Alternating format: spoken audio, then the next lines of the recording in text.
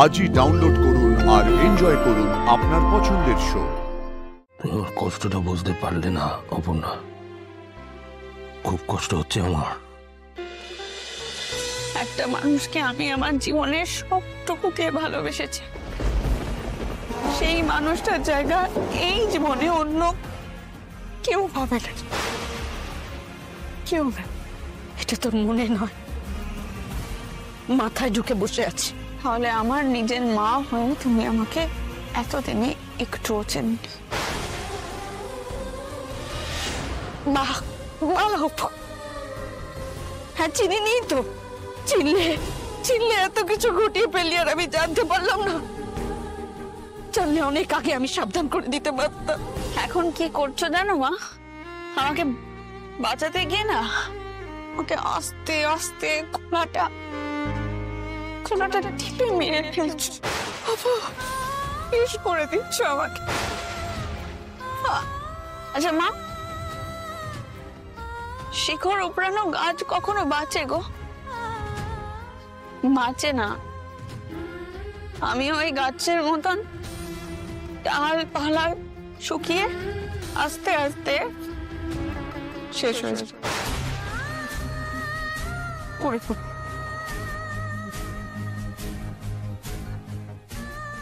এভাবে আমাকে বলবি না অপু, আমার কিন্তু ভয় করছে অপু। আমি তোমাকে ভয় দেখাচ্ছি না মা, আমি জানি কি হতে পারে, সেটাই তোমাকে বলছি। তখন তুমি খুশি হবে তো? চাও তো আমি শেষ হয়ে যাই?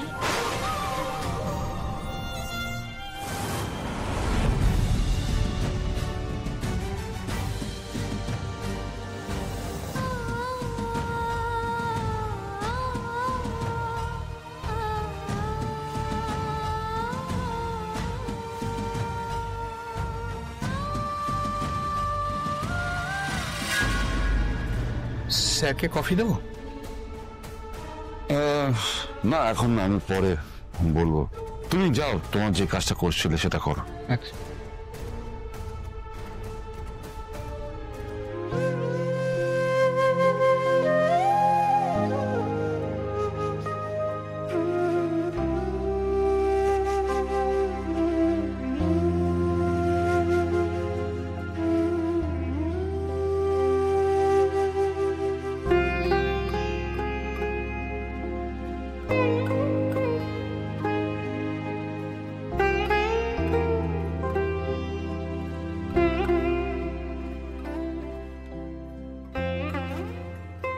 কষ্টটা বুঝতে পারলে না অপর্ণা, খুব কষ্ট হচ্ছে আমার। তোমার না বোঝারই কথা, এই কষ্ট তোমার বোঝার বয়স হয়নি। কিন্তু আমি তোমাকে যে কথাগুলো বলে এলাম তাতে তুমি খুব কষ্ট পেয়েছ, সেটা আমি বুঝি। আমি তো হেরে গেছি অপর্ণা, আমার লুজার। তোমাকে কথা দিয়েও আমি কথা রাখতে পারলাম না।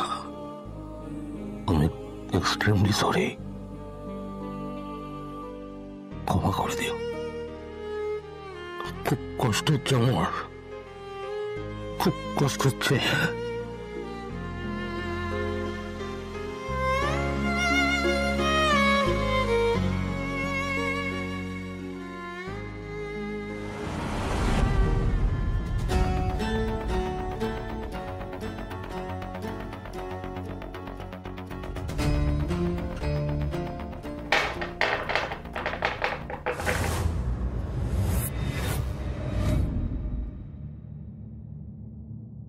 বাবা,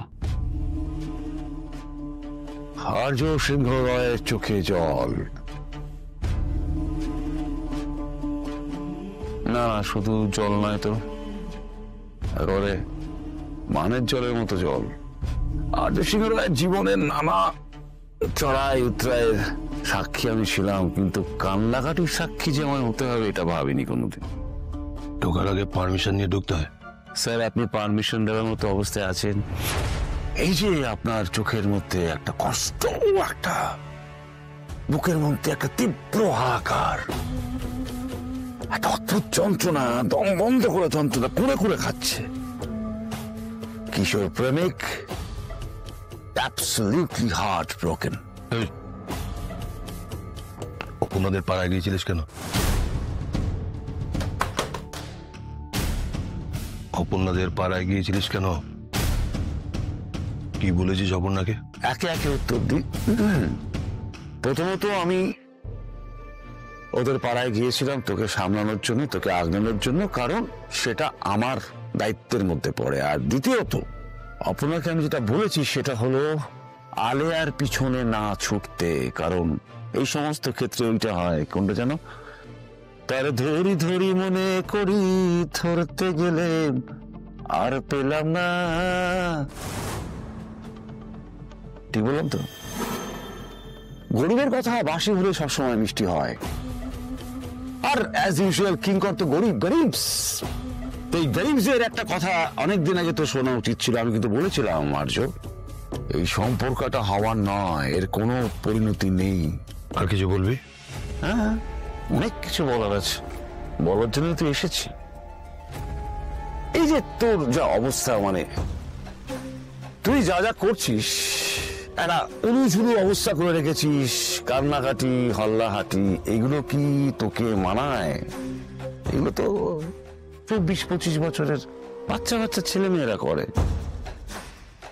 জম্পেশ প্রেম পার মধ্যে হচ্ছে একটা ভালোবাসা, কিন্তু সেই মেয়েটার অন্য পাড়ায় বিয়ে হয়ে যায় অন্য লোকের সাথে। আর কিশোর প্রেমিক দুঃখে কাতর, মেয়েটারও পাগল পাগল অবস্থা। এসব সিনেমা সিরিয়ালে হলে না পিছনে একটা মিউজিক হতো, একটা গান হতো, কোন গান বলতো? প্রেমহীন জীবন মৃত্যুর চেয়ে আরো যন্ত্রণাময়, আমার মরণ হলে ভালো হয় আমার। কিঙ্কর, আমি জানি তোর আনন্দ হচ্ছে, বাড়াবাড়ি করিস না। আমি জানি তুই কখন রেগে গিয়ে দাম করে টেবিলের উপরে ঘুষি মেরে বলবি, বাড়াবাড়ি করিস না, চুপ কর।